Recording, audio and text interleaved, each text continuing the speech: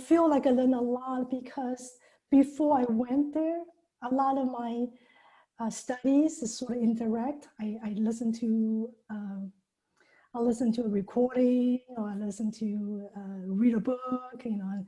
But once you get there, you have a first hand of understanding what is like, and that's what I feel I learned so much about it. So these stories, though, I think some of you might have. I am gonna check out the subtitles, and actually, this is the very few pieces. Most of my music are abstract music. And these pieces are actually programmatic, and they have subtitles. And so it's important for the audience to know what these titles about. So basically, like the one story is about glowing maiden. It symbolizes the sun. And then great flood, right? And that's that water, that's disaster.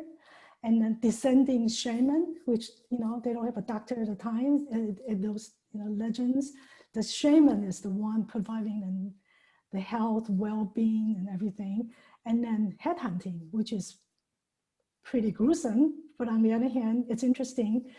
Headhunting was the father telling the kids to find the sources, and then by accident the kids kill the father, right? And so that's kind of, it's interesting that in order to grow up, you have to sort of cut through your past.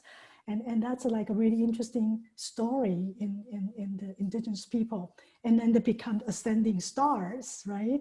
So all these, it's all that part of nature I feel very fascinating, because the first people, the nature is part of their life, or their life is full of the part of nature. It's nature, which is very different from us right now. You know, modern days, we're now talking about environmental conscious and this, you know. But originally, we are the people when we are.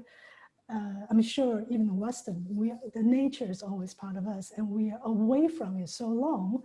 And so to relearn that from these legends was very inspiring for me. Yeah, that's wonderful.